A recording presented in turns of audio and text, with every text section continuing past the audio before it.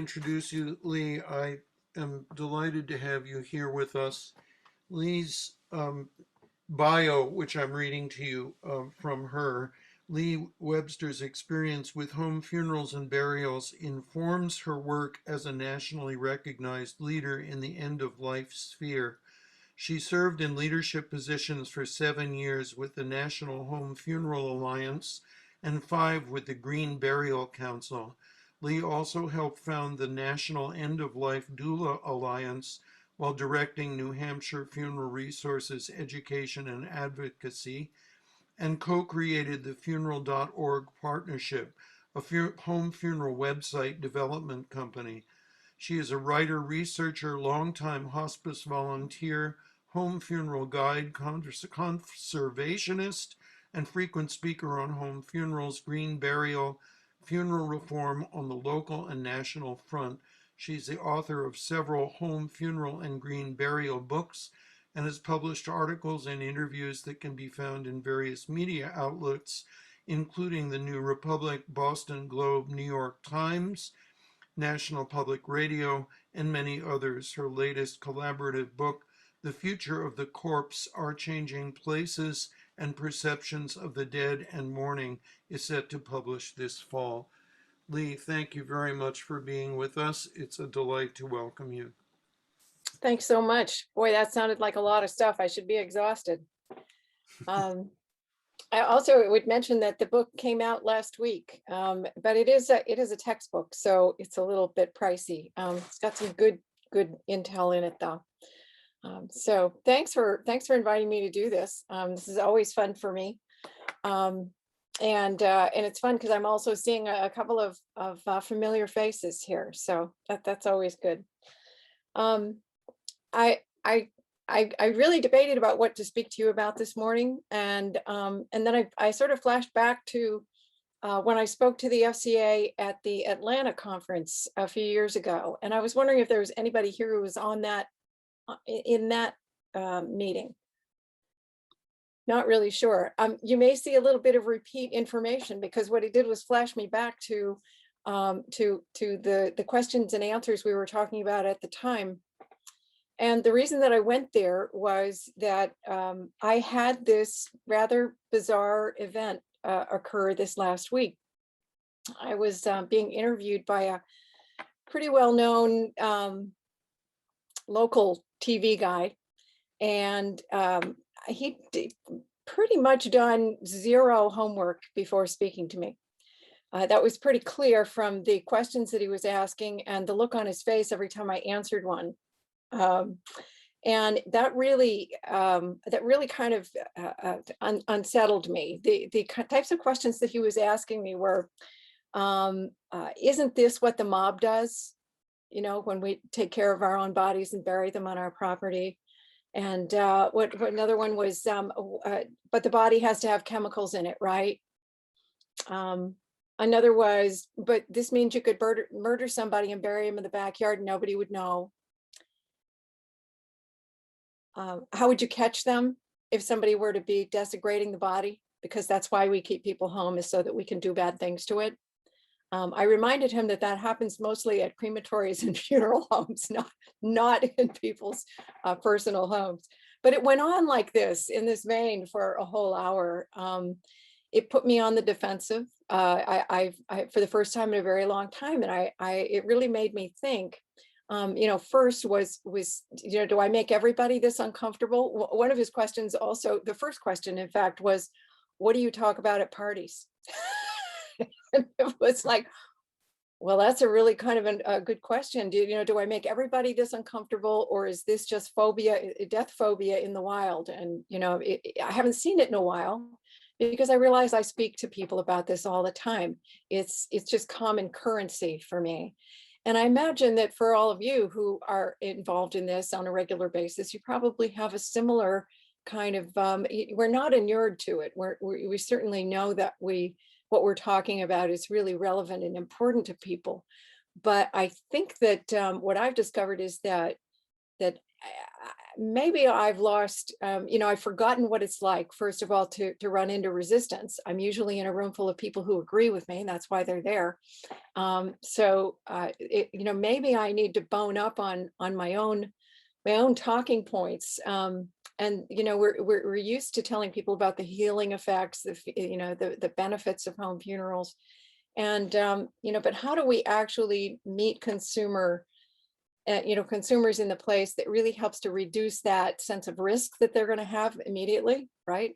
Think that some of those questions I was hearing were talking about risk and our capacity for it. And the other piece is, I guess I wish I'd had that insight at the moment, to be a little bit more graceful about this person's truth hesitancy. That's my new phrase for this, kind of hip. And I wish I'd remembered my own advice, which is about switching the lens when you run into resistance. It's about changing the focus by changing the language. And it was also brought home to me again this week that it's not just about the message, it's really about the delivery. So I thought maybe today would be a good time to sort of go back to some of those questions that we routinely hear from people who have absolutely no clue what we're about to let them in, the secret we're about to let them in on. So what I want to do is run. I have some slides to run through and show you what I'm talking about. And I think some of these questions are going to resonate with you, as they have with me all this time. First one that you get all the time, I know, is, can you help us pay for a funeral? I get that at least once a week, if not more often. And you already know this line, I'm sure you have it memorized. But the answer is always no, but we can help you figure out how to do this in a way that you can afford it. And I found this is the real entry point for me, is always to say, one way is to not spend so much money. Would you like to learn about that? So that I'm inviting people into my own space, rather than the types of questions I was being asked this week, which were highly confrontational. I found it's really helpful with people to ease them into the whole thing.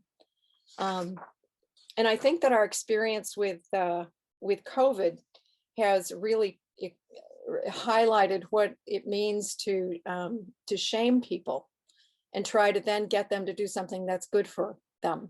So that's when we're talking about money, people are really close to the shame line. So it's really important always to meet them there and say, we can help you. There's another way to do this. And I'd be happy to be your guide.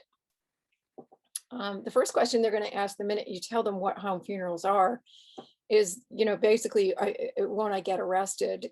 It's always good to use this phrase. Josh Slocum and I use routinely. There are no funeral police. And the next of kin has full custody and control of the body. It's really hard to get that one to sink in, but it's a phrase that I've found is helpful when people are particularly unsettled by what they think is perceived to be the legal risk. The phrase custody and control takes on a whole new meaning when you explain to them what's happening here. Another question I get a lot, of course, that's related to this is, won't I get arrested if I cross state lines? And of course, that one already. So it's always good to flip the question and just say, well, you're going to have a burial, transit permit. So that's going to take care of everything.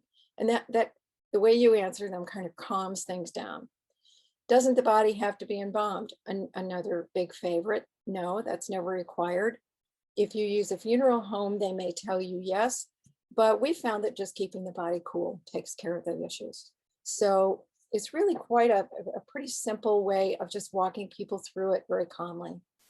Aren't dead bodies dangerous? Another one of my great favorites. No, your loved one isn't going to be more dangerous or infectious. But here's where I switch things up to. Instead of just continuing to hammer home the opposite of what they have believed forever and ever, instead, what I do is invite them to go looking for another source, and one that's very easy for them to access. So if for instance, there's someone who's on hospice that they're advocating for, or asking questions for, by turning them back to the medical personnel that they're routinely working with, and ask them to ask that person for instructions on how to take care of that person if there's an infectious or contagious issue, which there is very likely not going to be. But the next piece is even more important. Give them an out, give them another place to go. If you want to use gloves and masks, that's fine. And again, thanks to COVID, this isn't that far off from sounding like a normal thing to do. So we get away from, going down into the infectious disease vortex that can grab us, and we bring people back to a place where it feels manageable. Don't dead bodies smell bad? Get this one a lot. You can tell someone that what makes bodies smell bad is bacteria, so we just need to bathe them. We can also tell them cooling the body will help with that as well. But here's the one that I find works the best. I can tell people, well, if you're more comfortable, you can bring things into the space that will change that will create an aroma, a smell, something that is going to be evocative for the people who are coming to visit, or for the next of kin, the family themselves. And what I push them toward is, what did that person wear? Did they wear some kind of a scent? Is there some kind of a smell that you associate positively with this person? Bring that smell into the room, and that changes everything. I can tell you that it worked in my own family when my mom died, and my brother walked in the room very reluctantly, as my mom was all shrouded and ready. And he says, "Oh my gosh, it smells like mom," because she was a Jean Nate wearer. So those yellow box, and so I had used that on the shroud, and everybody who walked in the room went, "Oh, it smells like mom," and it changed everything for them. Where does the death certificate come from? This is the one that Chuck's on the call, the dreaded paperwork. I break it down to 3 simple steps for people. I can fill them in with the rest of it later. All those things just fall into place. But if you explain it to people in 3 steps, very, very calmly, and you point out who the authorities are in each case, because that's a lot of what people are looking for when you're starting to familiarize them with home funerals, is they feel like things are out of control. Who are the authorities? Who can I depend on? Step 1, the medical people, whoever that might be. The medical people are going to initiate the death certificate. No worries, they'll take care of their part. Step 2, you're the next of kin. You're going to fill out the information about the person. You know it more than anybody else, and then you're just going to sign it because you're acting like your own funeral director. Step 3 is that the form, as a next of kin, you're the one who's in charge now. You're going to take that and down to your town clerk or your city registrar, or in some states it's a county, and you're going to give that to them. They're going to do some work their magic on their computers, and they're going to hand you back that permit so you can do everything from there. That's as much as they need to know. 3 steps, 3 authorities, and that tends to bring their stress level down when you're talking to them about that. Once you told them about their permit, you can tell them, who can drive the body around. Well, hearses are so passe. We all need our electric, Ford 150s now. But the point is, you can tell them, as long as you have that permit, that FedEx ticket, you can go wherever you need to go. And that calms people down a little bit too. Almost everybody knows someone who's got a vehicle that will accommodate if you're driving somewhere. And it's always a good idea to mention that we don't want them sitting up. It's a good idea to have them lying flat. That's happened before. Can I bring my loved one home from a hospice or a hospital, some type of care facility? Well, we, first try to mention that we don't have to, steal them out of windows at the hospital. But I do encourage people to say, if they're in a facility of this kind, you want to talk to the people who are in charge early on, because they might have a policy, but I'm sure you can work it out. If you need help, let me know. And that calms things down. One of the reasons sometimes they'll say, "But why not? This is my mother. This is my, grandfather." Why can't I, if the law says I can have them, why can't I have them? One reason, rather than just fighting with them about the difference between policy and law, is to mention that these facilities don't have storage units, so they need the body removed promptly, and they might need a little bit of encouragement to let that be you. So that's a good way to go about it. Another piece is that if a medical examiner is involved in whatever this death is, if it's not related to hospices and so on, then it's good to let the family know that they still have custody and control no matter what. The body will be released to them. Doesn't there have to be an autopsy? I'm amazed at how often I hear this, as though every death is an emergency of some kind. And they watch so much CSI and NCIS and all that stuff that they don't realize that in normal cases, no autopsy is required. We know what the person died of. So if we can explain to them that it's really only in the questionable death case, and sort of let that go away.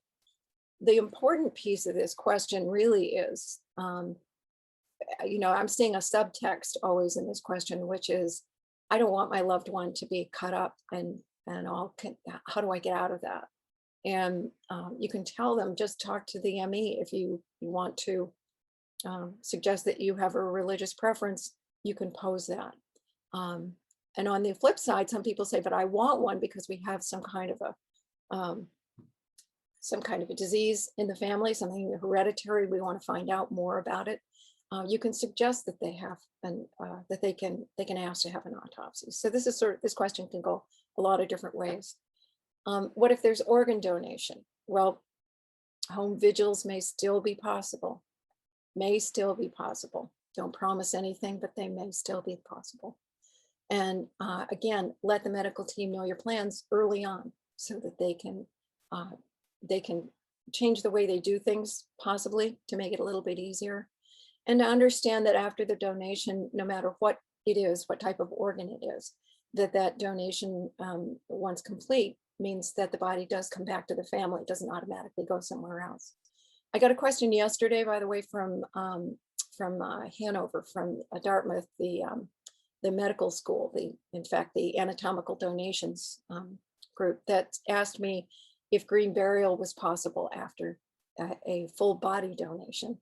And the answer to that is no, so that significant difference. Make sure that when people are asking about donations, we're talking about organ or full body before you answer the question. That's been an issue. But how does this thing really work, right? We're at the point now where they're over the legal hump.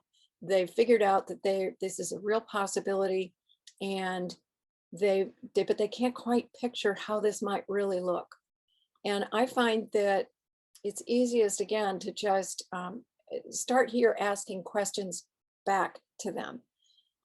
You can tell them that it's a few hours or a few days. It's up to you. You're in charge. You can invite anybody you want. You don't have to do anything special.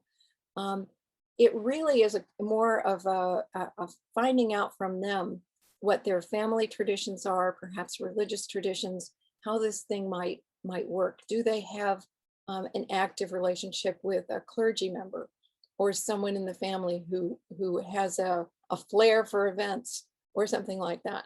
How does it work? It works the way that you choose for it to work. What if my siblings won't agree? Run into this a lot. And boy, I don't touch this one with a 10-foot pole. The only thing I suggest is, have you tried a kitchen table talk? A trusted friend or neighbor, again, a clergy member if there is one. If there's a home funeral guide or an end-of-life doula who has been active with the family, the social worker, if they were involved with hospice, if there was a nurse that they particularly took a shine to, ask someone outside the family perhaps to sit down and help work through that conversation. I just had a home funeral and home burial here about 3 weeks ago, and at the 11th hour, one of the brothers bailed and said, I can't come. I thought I could do it, but I can't. And it happens. It's not, it's just, it happens. I've also seen things happen the other way, where this experience in the home actually brought family members together. So big bonus question on this. What if I drop the body? I get this almost every time I talk about home funerals in public. I always say, apologize and then pick it up. But the reason that I bring this one up is that as the person who's been advising and advocating to this family, it's really important that you not do it for them. They're really the ones who need to pick it up. They're the ones who need to do the work all the way around here. So that's really the key to a home funeral. It's the whole point. So when you're dispensing all of this wonderful information and practical wisdom, some of this comes along with it. Just remember that your message is really not just about the details. Your true value is in putting the caller at ease. And I think you know that, but I find that, sometimes I get a little overzealous. I want them to hear it from my point of view. And I have to stop myself and recognize that there's so much more that's important for these folks. And one last thing, my favorite thing about advising people about home funerals is when I never hear from them again, knowing that they went off and they did this. And every once in a while, like one, I think 4 years later, after I had talked to someone, I got this lovely email with photographs that said, "We remembered everything you said and we did it. And it was amazing." And that's the best for me. Sometimes being right isn't the most important piece. Although my mother would have said, "You'll never get over that." She sent me a pin one time for Christmas that said, "Be reasonable, do it my way." So, I'm always working against my true nature, but I find that it works pretty well. So I hope that was helpful, and it brings us all back to that place where we can remember to put ourselves on the side and hear what people are really asking for. So I'm happy to answer Thank you questions. so much for that. It's marvelous. And I know others will get a great deal out of that watching it later. Um, I am now going to switch to our audience and ask if anybody has any questions. Sarah, I'm looking at the chat box and I don't see any questions there. And since Lee is mostly on the screen, I can't see the whole group.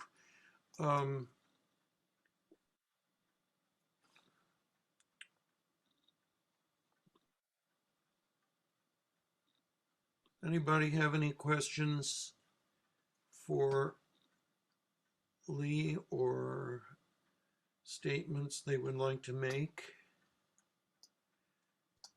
I just want to thank you, Lee. I'm glad I woke up early to hear that again, having done so many education programs on this, and just the succinct, really, your messaging that's your specialty, and it's amazing. It's the way you turn the question around to make it so accessible.